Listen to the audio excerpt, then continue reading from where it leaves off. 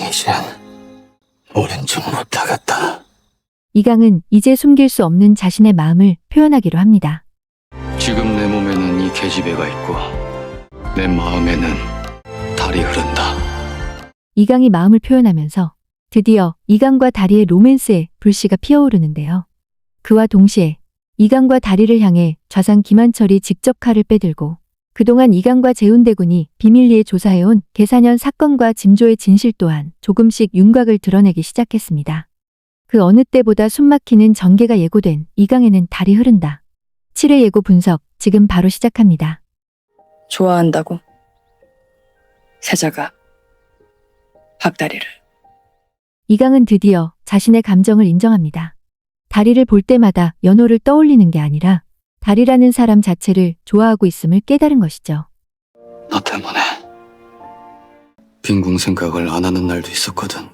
매일 연월의 부재만 떠올리던 이강에게 다리는 새로운 감정, 새로운 평온을 안겨준 존재였습니다. 그러나 다리와의 데이트 도중 또다시 겹쳐오는 연월의 모습에 이강은 당황합니다. 소복소복 반드시 행복해질 것만 같지 않습니까?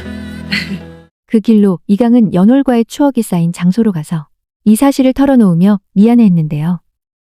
내가 다른 여인을 보면 웃었어. 너무 닮은 탓이라 여기거든. 나 좀 봐주면 안 될까? 눈물을 머금고 고백하는 그 씬. 절로 뭉클해지는 장면이었죠. 지난 회 중 최고의 씬이 아니었나 싶습니다. 어떡해. 정신 좀 차려봐요. 이러라고 몸이 바뀌었나 보다. 너 대신 내가 다치라고. 다리의 품에서 쓰러졌다가 깨어난 이강의 얼굴엔 걱정과 두려움이 스칩니다. 제 여식을 제외하고 저 앞에서 사랑하는 모든 여인들은 죽을 것입니다. 좌상은 이강의 숨소리까지도 감시하는 인물. 좌상의 여식인 우희가 비씨가 된 상황에서 자신이 다리를 사랑하고 있다는 사실이 밝혀지면 좌상은 경고했던 대로 반드시 다리를 죽일 겁니다. 이미 지난밤 제조상군과 그의 수하 궁녀들에 의해 강제로 불임약을 먹을 뻔한 위험한 상황까지 벌어졌죠. 자신이 아니라 다리가 잡혀갔다면 꼼짝없이 당했을 거라 생각하니 끔찍했습니다. 저 앞에서는 다리를 지키지 못하십니다. 연호를 잃은 후 아직도 빈궁의 죽음을 악몽으로 꾸는 이강에게 다리를 잃는다는 건 상상조차 할 수 없는 고통입니다. 사랑을 붙들고 싶은 마음보다 다리를 잃을지도 모른다는 공포가 더 앞서는 이강. 이강은 다리가 자신 때문에 다치는 걸 막기 위해 일부러 피하고 말을 아끼고 보고 싶어도 참아내며 거리를 둡니다. 하지만 다리는 갑자기 자신을 피하고 차갑게 대하는 이강을 도무지 이해할 수 없죠. 몸이 바뀐 뒤 서로를 누구보다 의지했고 얼마 전 저작거리에서 즐거운 데이트도 했는데 말이죠. 벚꽃 아래에서 갑자기 사라진 뒤 만신창이가 되어 나타나서는 어디 다녀왔는지 왜 다쳤는지 아무 설명조차 하지 않는 이강. 그때 이후로 계속 자신을 피하는 이강을 보며 다리는 점점 서운함이 쌓여갑니다. 베빈을 너무도 닮은 그 얼굴 거슬리네. 없애게. 수국장에서 죽은 패빈 연월과 똑같은 얼굴을 한 다리를 본 좌상. 좌상에게 이 사실은 그 자체로 이미 위협입니다. 죽이지는 못하더라도 관노를 만들어 멀리 탐나까지 보낼 계획이었지만 그마저도 대왕대비가 나서면서 좌상의 뜻대로 흘러가지 않았죠. 좌상과 대왕대비가 동시에 나섰다는 것은 그만큼 다리가 모두에게 위험할 수도 이용할 수도 있는 패가 되었다는 방증입니다. 한낱 등짐장수였던 다리가 이제 좌상에게 이토록 거슬리는 존재가 된 것입니다. 이제부터 난 너의 방패고 넌 내 뒤에 숨어. 저아가 자꾸만 그러니까 말도 안 되는 기대를 하게 되잖아요. 저아 지 좋아해요?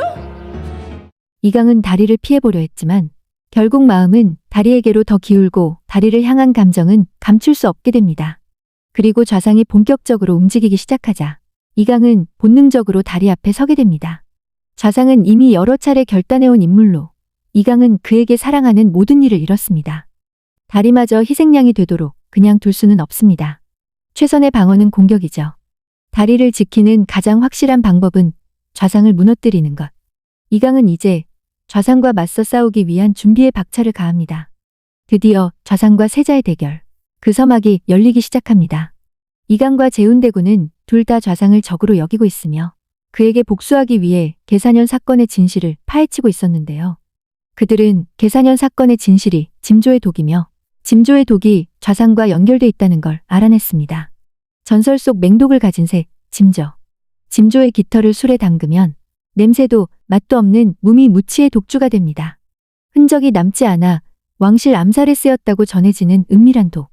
제운대군은 청에서 받은 서찰과 짐조 상인의 아들을 통해 좌상이 아직 짐조를 가지고 있다고 확신합니다. 이강과 제운대군이 백방으로 찾고 있는 짐조는 놀랍게도 바로 궁궐 지하 등잔 밑에 있었습니다. 좌상은 짐조를 궁궐 안의 지하 비밀 공간에 숨겨두고 있습니다. 오히려 궐 안에 숨겨두어야 아무도 찾을 수 없을 거라 생각했죠. 지난 회에서 다리에 몸을 한 이강이 제조상궁에게 잡혀갔던 그 지하 공간.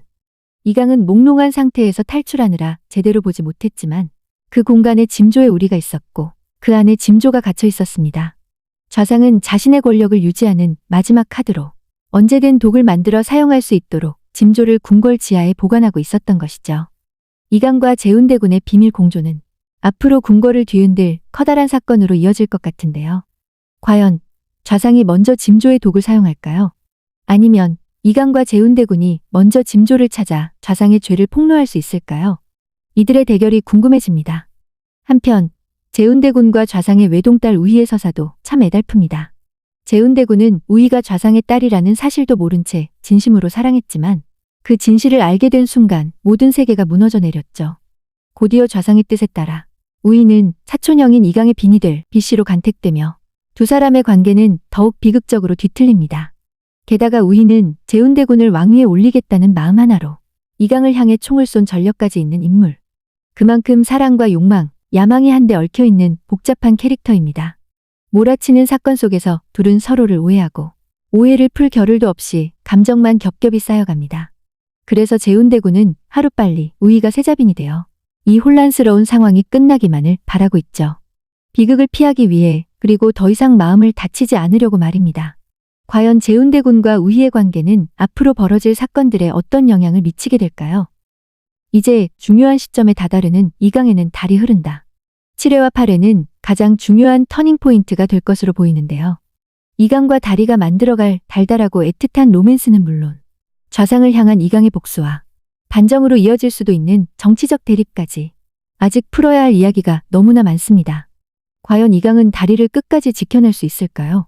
좌상이 절대 권력에 이토록 집착하게 된 사연은 뭘까요? 좌상을 향한 이강의 복수는 성공할 수 있을까요? MBC 이강에는 달이 흐른다는 금요일과 토요일 밤 9시 40분에 방송되니 본방사수 꼭 하시기 바랍니다. 오늘 영상 재밌게 보셨다면 구독과 좋아요도 잊지 말고 꼭 눌러주시고요. 여러분이 예상하시는 내용도 댓글로 많이 남겨주세요. 저는 다음 리뷰와 예고 해설로 다시 찾아오겠습니다. 지금까지 드라마신이었습니다. 감사합니다.